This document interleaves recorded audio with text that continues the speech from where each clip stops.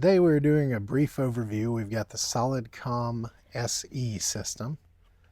We've got the Solidcom C1, the Solidcom C1 Pro, the Solidcom C1 Pro with roaming hub, the T1000, and the Solidcom M1. We also threw the Eartec system in here just to show you guys some stuff. So first one we're going to look at here, this is going to be the Solidcom SE. This is a new one from Hollyland. It's one of their more budget-friendly units. This operates on 2.4 gigahertz. Has a range of about 1,000 feet, 1,100 according to the manual. Has about 10 to 12 hours, depending on which headset it is, for battery life. Does not come with extra batteries, but we did find out you can use a power bank if you wanted to power it. The batteries are different. The on-off switch is a little bit different. We've got our USB-C for it. These actually latch in much easier than the C1 that we'll look at in a minute. So what can you say about this that you like, dislike? Very budget friendly. The housing, it is all plastic. It's a little bit lighter weight, good or bad. It's got a single channel.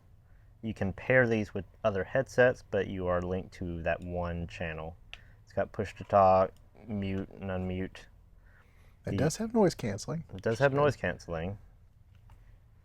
And it's just a very lightweight, cheap, budget-friendly headset. Pretty cool. We just got these in. Pretty excited to get to make a video about those. So the next one is going to be our just plain C1, which is one of the first of the C1 to come out. So it does not have noise canceling, which is kind of sad. This does not have noise canceling. It's got an A and B channel. A lot of these, the C1 line, have a removable on-ear earpiece, and you can swap them out for the over-ear. And when you do buy these, they come with 2 batteries per headset, which is nice. So you could go forever on them, because as soon as you switch one out, you could go ahead and charge it and be ready to pop it back in. These C1s and C1 Pros come with the soft shell case with the battery charger and these bags for each headset. And the big difference you'll see between the C1 Pro and the regular C1 is going to be, first off, you have leather on the C1 Pro, you have noise canceling that's going to be on the C1 Pro, and you have the beautiful microphone for the noise canceling. And the headsets feel a little bit better, but that's really the only difference, is our noise canceling and just the headset size and feeling a little bit better. What else you got for that one, Tanner? The battery compartment, it's a little harder, but you just switch it open. Got a latch. They push in, close it there. Not quite as easy as the budget-friendly ones, but a little harder to accidentally knock out, I guess. And then we've got our C1 Pro with the roaming base station, and Tanner can tell you about that. And then headsets, basically the same thing. Not much difference there. You can link all these together. And the base station has a lot of customization you can do. It's got NFC to just quickly tag headsets. It's got the 4-wire. It's got LAN ports. You can hook this up to your laptop or the phone app with Bluetooth and change all the settings. You can assign roles and channels to these. These have the A and B switch, but you can assign that to 6 different channels using the roaming hub. And you can use an app for it as well, which is great. Huge range on these whenever you're actually using the roaming hub. The roaming hub can be powered by a V-mount battery or a D-mount, depending on what you want to buy. You can get either one. It comes with all sorts of goodies inside the case. We made a whole nother video on this if you want to watch it.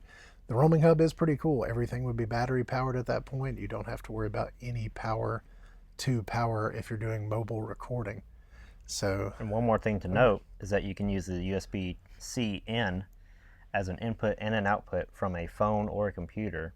So you could talk to this system from a Zoom call or anything. Which is pretty incredible. Or record the audio out to a phone. This little guy is kind of inexpensive, the T1000, so it's going to be a belt pack system. All these are 1.9 except for the first one, which is 2.4 gigahertz. And you end up on this, you can battery power it, or you can power it via the power supply.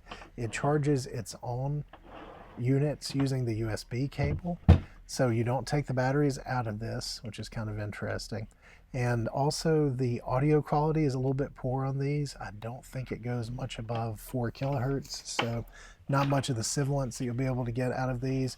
But it is budget friendly, and if you like to have a belt pack, this is an option. And we've enjoyed having this for rental. It's very tough. Anything else on it you can think of, too? It uses TRRS jack on top, so you could use your own headsets with it. It's got a couple channels on it. You can link 2 of these together to have, I think, 10 units if you include the ones that connect to the base station itself. Which is pretty nice.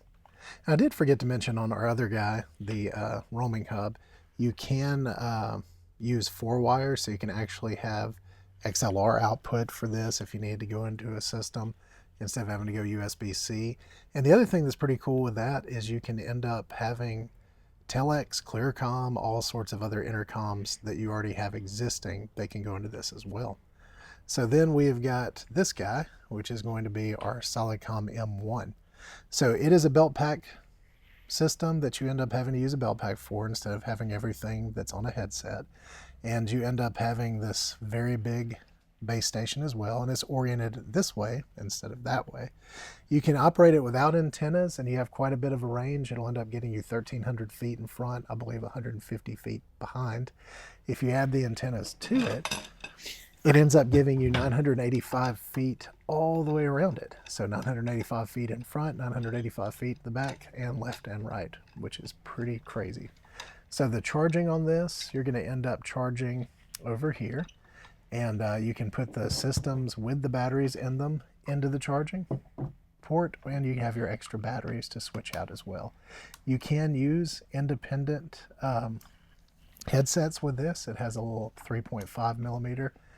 It's kind of interesting to me they use so many different batteries with Hollyland, but it's pretty neat, I guess, that they all have their own body packs that they have to fit in. So you have the A, B, and C buttons here. They're different shapes and different feel. That way, if you're having to blindly push them, you can actually figure out which one's which. That'll easily select you through the group, and you have push to mute, which is very easy. And also the headset, you can move the microphone up and down to mute. So pretty cool. We've sold quite a few of these systems. You can cascade these to have up to 16 workable units that will work in these 3 groups. On our other one, I believe they said you can cascade in the future, which would allow you to do 40 systems, which is kind of wild. Or not 40 systems, but 40 headsets, which would just be kind of remarkable. Anything you want to add about the M1? The M1, it comes with this special cable for this headset, which is interesting because it is the same headset as the T1000. It just has a different connector. But like I said, you could use the TRRS to plug in your own wired headset. It's got volume buttons on the side. The belt pack, you can take these screws out and put it here, so it's a vertical orientation. So the antenna are not horizontal, they're vertical. It makes it easier for the push to talk. The A, B, and C, you have 3 channels on it. It's got the power, the 4-wire, 2-wire, and the LAN port. And it can be powered over power over Ethernet as well, which is kind of nice. It also has a desktop and a phone app. You can change the controls and all the settings for the belt packs through that guy. Which is pretty neat. And we also brought out the old Eartec system. So I've never been super impressed with the audio quality from the Eartec, but it was one of the first kind of budget-friendly systems that came out that was wireless. Their packaging, not quite as good, doesn't come with individual bags. Only comes with enough batteries for the headsets that you purchase, and then you end up having to buy extra batteries and extra chargers. So they have volume up, volume down. One thing that I do like that I say is an advantage of this, on its hub it has a conference button. So you can press that and you can talk to every single person, whether they're on channel 1 or channel 2, which is kind of nice. Here's how its batteries go in and out. And then it also has the same type of microphone that can slide either way, which is pretty neat. And they're already assigned. You can see that had the number 2 on it, and then we have the other ones that have the number 1 as well. And you can make it to where they all work on one system or the other. And I did forget about that. Base station is battery powered by its own batteries, or you can end up with a power supply powering it. So someone can wear the base station with a headset plugged in.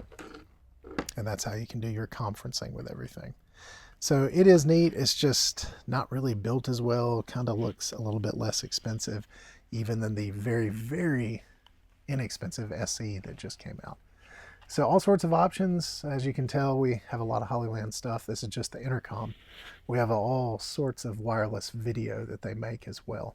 So please hit like and subscribe. You can hit the links to these things below if you want to purchase from us. That's what we recommend, or we can support, help you out. But if you want to purchase through some of our other friends and partners, feel free to do that too. At least we'll get a little bit, and the links will be below. But please hit like and subscribe, and have a great day.